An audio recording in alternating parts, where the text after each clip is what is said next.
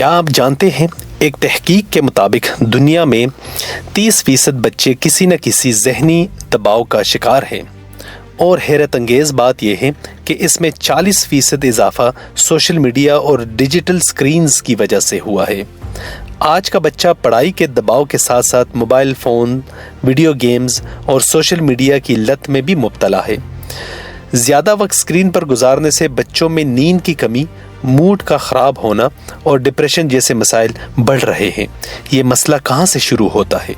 تحقیق بتاتی ہے کہ روزانہ 3 گھنٹے سے زیادہ اسکرین ٹائم بچوں میں سٹریس کو 50% تک بڑھا دیتا ہے۔ ہم اس مسئلے کا حل کیسے نکال سکتے ہیں؟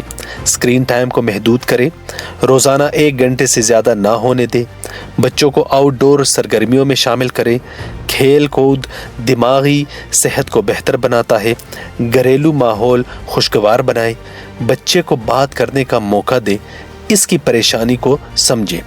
اگر ہم نے آج سٹریس کے مسئلے کو سنجیدگی سے نہ لیا تو آنے والی نسل ذہنی دباؤ، نفسیاتی مسائل میں الجھ جائے گی۔ یاد رکھیں، ایک تندرست ذہن ہی کامیاب زندگی کی ضمانت ہے۔